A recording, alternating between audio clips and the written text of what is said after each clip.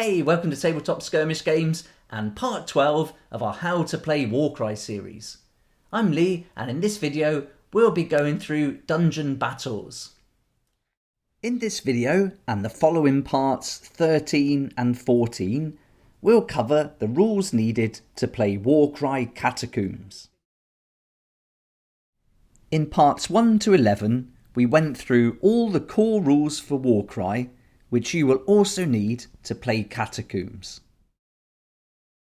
Okay, let's get started with this part 12, where we'll go through a step-by-step guide to set up a dungeon battle and then take a look at the internal forge floor battlefield layout. The running battles that rage throughout the cramped dungeons of the 8 Points are claustrophobic and unpredictable, and every bit as bloody as those that take place above ground.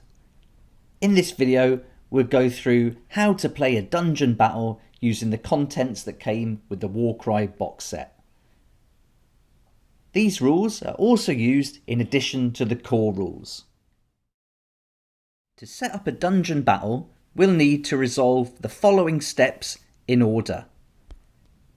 Step 1, we muster our warbands.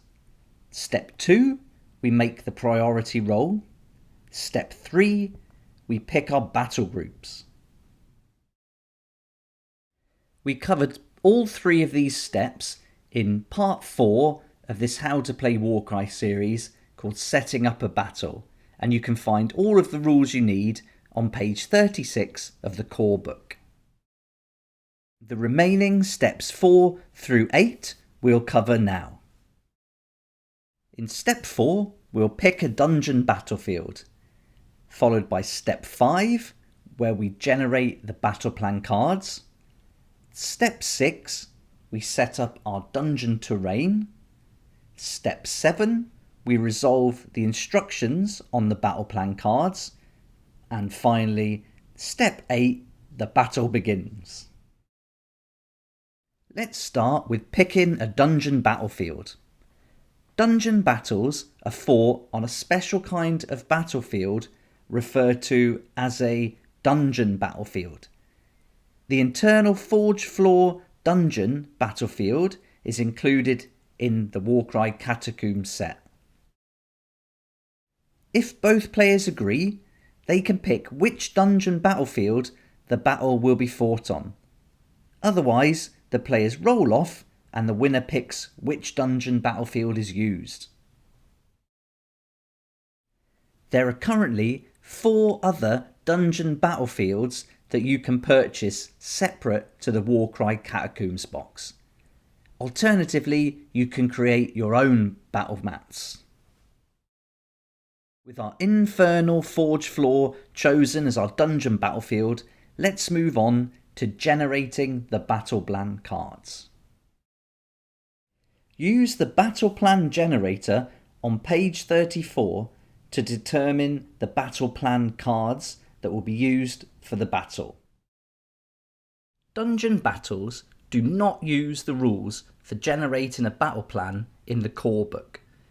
Instead, the battle plan is generated using the cards presented between pages 34 and 39.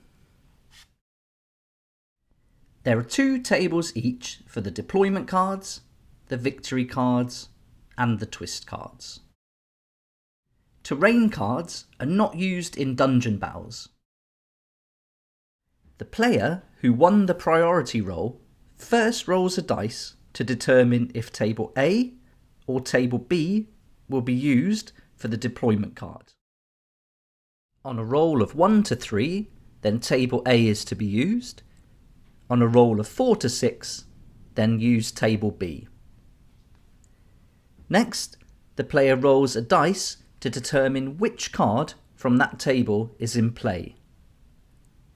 The same process is then repeated for the victory card and for the twist card.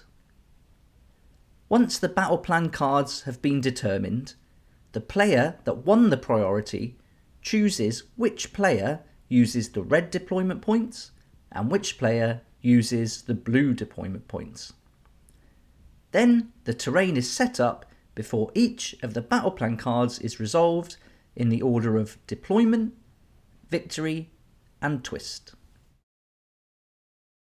Dungeon deployment cards show the entrance tunnels on a dungeon battlefield. In addition, each dungeon deployment card will include only 2 of the battle groups for each warband. Fighters from battle groups shown on the deployment card are set up as normal within 3 inches of the centre of the entrance tunnel next to their deployment point.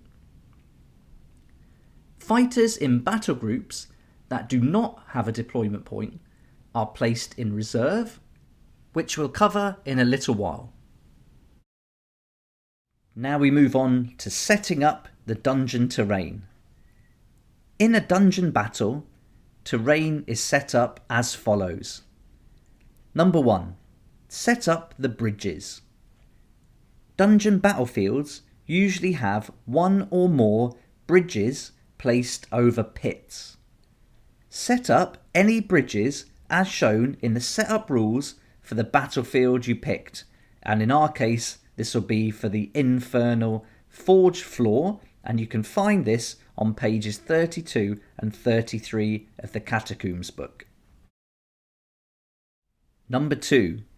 Set up the dungeon doors.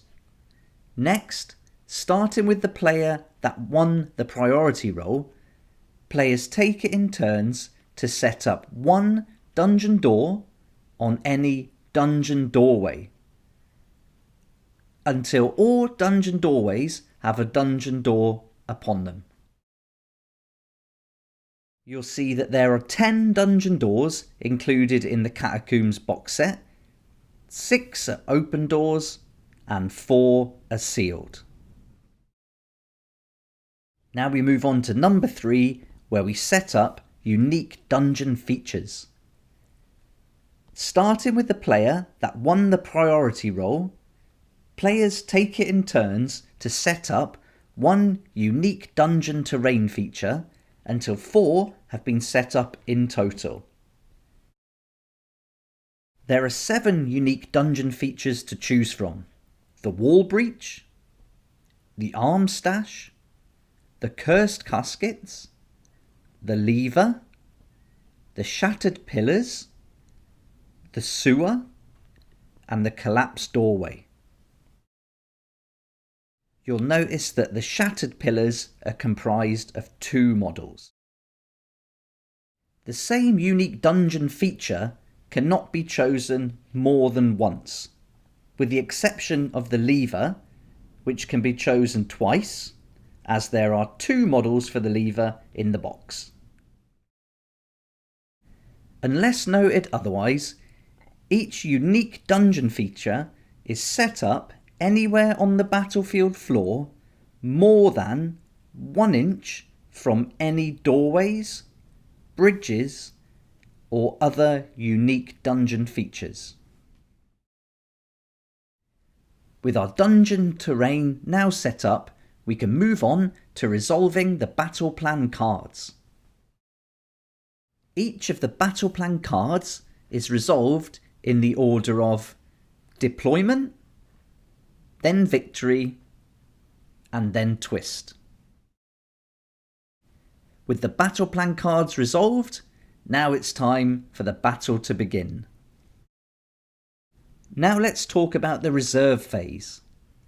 The Catacombs reserve phase is slightly different than the reserve phase for the above ground battles.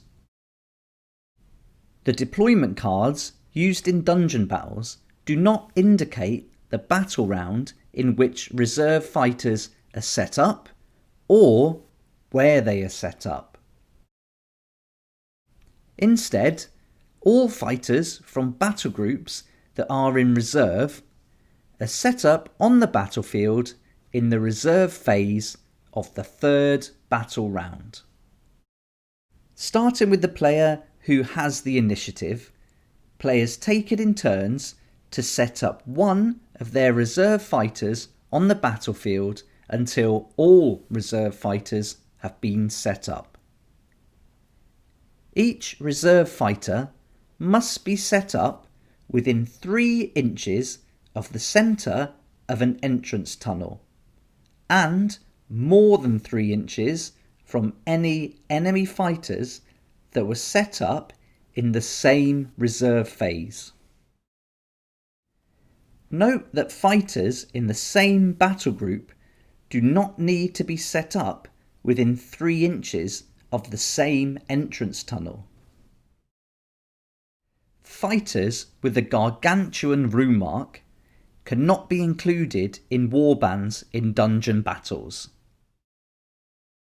Now we've gone through the rules for our dungeon battles, let's move on to the dungeon battlefield and take a look at the Infernal Forge floor layout. Each dungeon battlefield comes with setup instructions like the ones you'll find on pages 32 and 33 of the Warcry Catacombs book.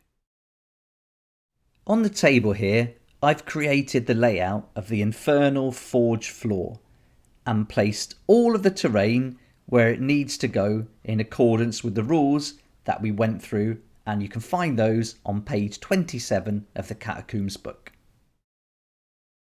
There are 2 metal bridges and 2 wooden bridges on this dungeon battlefield, and you can see that those are set up here, here, here and here.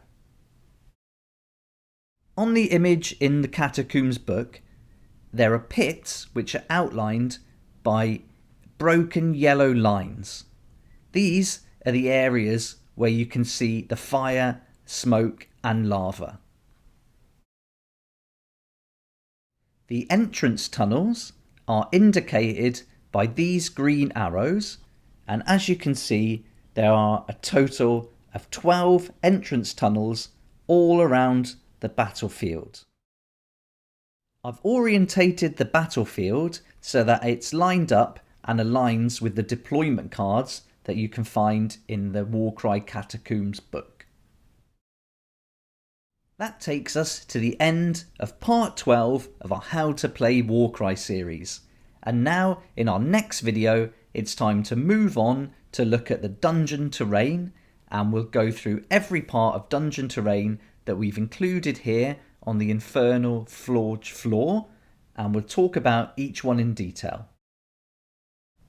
So come and join me for part 13 of our How to Play Warcry series, where we'll talk about dungeon terrain.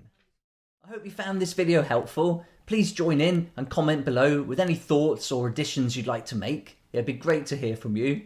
The next video in the series will play right after this one in the playlist, and I'll also put links in the description below to every video in the series.